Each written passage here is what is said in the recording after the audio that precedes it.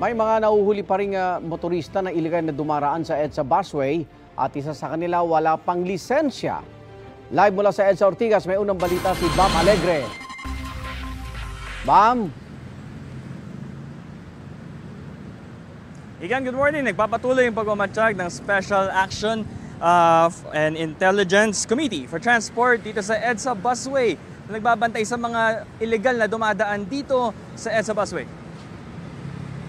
Akala ng mga ilang rider na mapapabilis ang kanilang biyahe ngayong Lunes na umaga na dumaan sila dito sa EDSA Busway Carousel.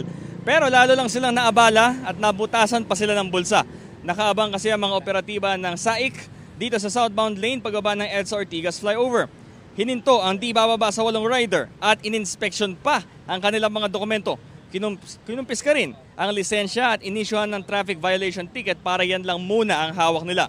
May isa pa nga nahuli na walang lisensya. May multang 3,000 pesos ang violation na driving without license kung nakalimutan o expired ang iyong lisensya. Bukod pa sa kung anong traffic regulation ang iyong nilabag. 5,000 pesos naman ang multa para sa first offense pag mahuling gumagamit ng EDSA busway.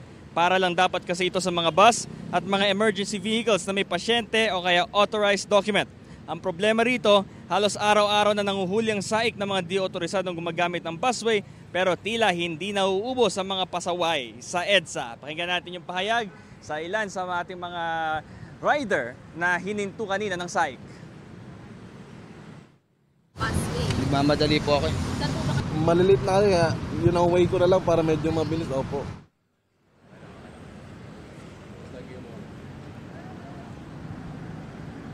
So Igan, narito pa rin ang mga operatiba ng SAIC sa ating likuran na nagmamatsyag dito sa may center aisle ng EDSA busway. Para hindi na lang talaga maabala, iwasan na lang gamitin itong EDSA busway dahil talaga meron talagang mga designated vehicles lang na maaaring gumamit ito.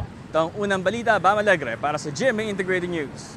Igan, mauna ka sa mga balita. Mag-subscribe sa GMA Integrated News sa YouTube. Sa mga kapuso abroad, subaybayan nyo kami sa GMA Pinoy TV at sa www.gmanews.tv.